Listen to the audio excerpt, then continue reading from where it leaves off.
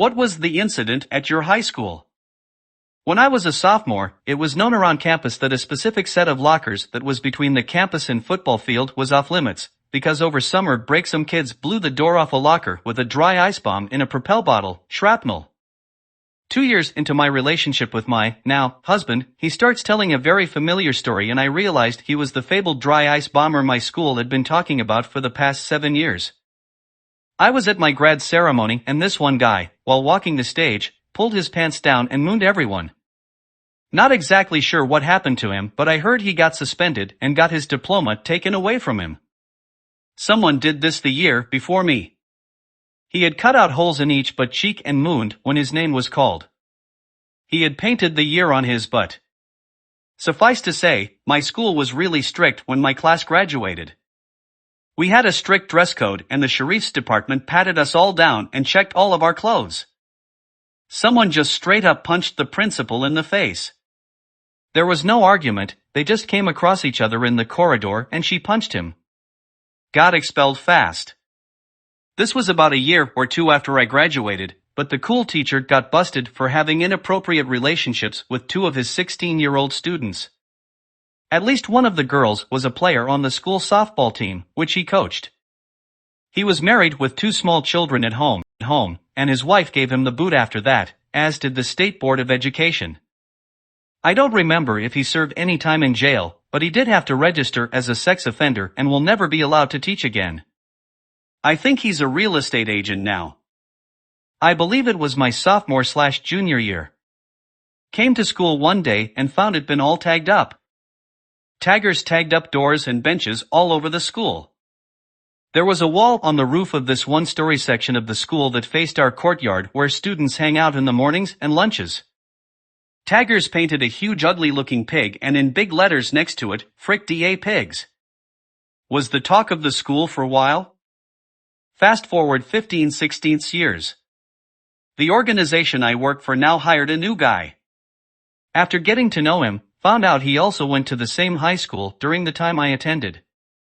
Found out we knew a lot of the same people and which led to a conversation where I found out he and his tagging group were the ones who hit the high school. He was a nice dude. He left shortly after his previous job rehired him after lockdowns were being lifted. Apparently there was some gang beef between my high school and another high school. Someone from our high school slept with someone's girlfriend from the opposing gang. When the opposing gang heard about this, they threatened to do a drive-by shooting on our school. Our administration heard about this quick, so all the classes that were held in temporary buildings outside had to be held inside the school. No one was allowed to leave the building. Nothing ever happened though. 3 of my school got a nationwide math test with 0 errors, one was a math genius, the other was equally gifted, but on a broader perspective, the third one was not so great in math, I guess C or D tier. Turns out both of them copied from the math kid, but it was so funny that there are these 2 plausible people and then there is the sports kid just having 0 errors in this exam too, which only 18 people nationwide had 0 errors on. I had a buddy in high school who wouldn't do his math homework. He was always high too. He'd come in and I'd give him my homework to copy.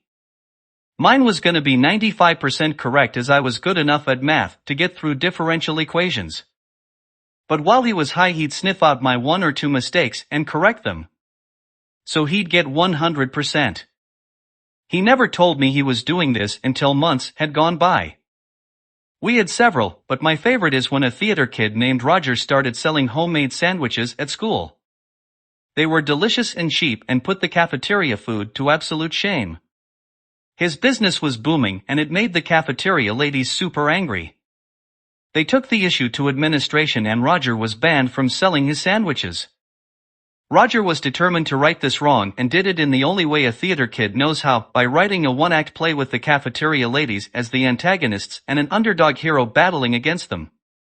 The play was even better than his sandwiches and was a smash hit at school.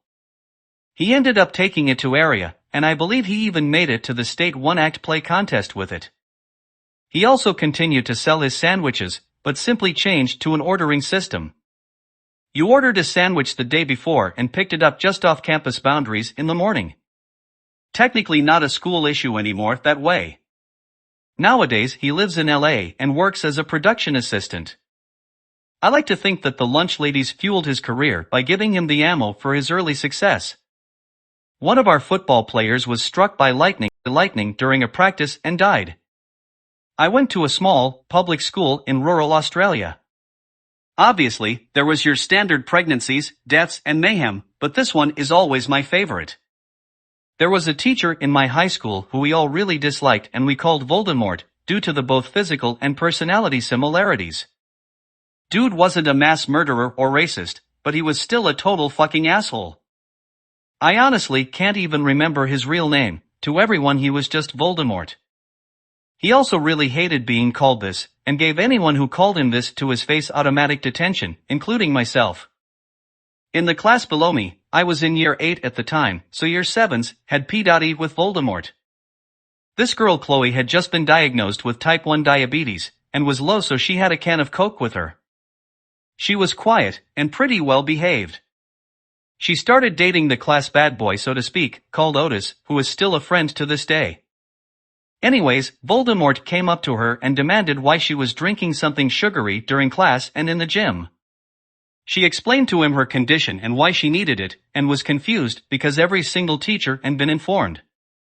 Voldemort said he'd heard, but he didn't believe it, and took away her Coke. Well, her boyfriend didn't like that, and asked him what the fuck he was doing.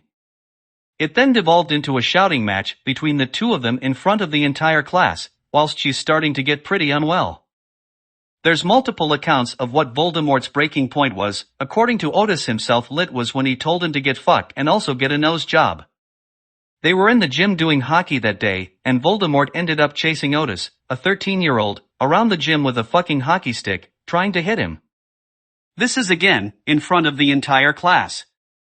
And phones have just become a thing, so of course, every single student filmed it on their shit flip phones.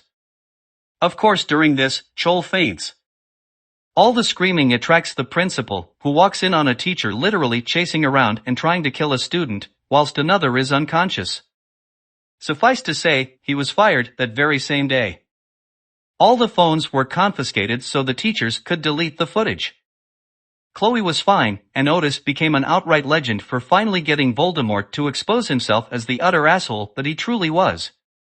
My school got a new VP my senior, who was a condescending prick who liked to sit outside of the girls' bathroom and interrogate us about why we needed to use the bathroom. The week before the winter holiday he hijacked the morning announcements and started saying, "Students, I have a very important message to give you that has unfortunately become necessary, and I require your full and undivided attention." We all thought something bad had happened, that he was going to talk about something serious. You know what he actually talked about? Gift wrap. That's right, he called us all lazy and entitled and informed us that gift cards were unacceptable gifts to be given, bags and tissue paper were lazy and insulting, and that any respectable person must wrap their gifts in paper with a hand-tied bow. The next day he got gifts wrapped in paper with hand-tied bows. The first contained live crickets, the second was a glitter bomb, the third was laxative chocolates, and the fourth was a bunch of photos of people giving him the middle finger. There were more, but he didn't open them. He just hijacked the morning announcements and ranted about how we were all garbage people from a garbage generation. He was investigated for harassing female students outside of the bathrooms, including myself, and he was fired. He was the worst VP ever, and I had one in elementary school who told me he thought I was overreacting when some of my bullies poisoned my food with stuff I'm intolerant to. Thanks for watching. Subscribe for more.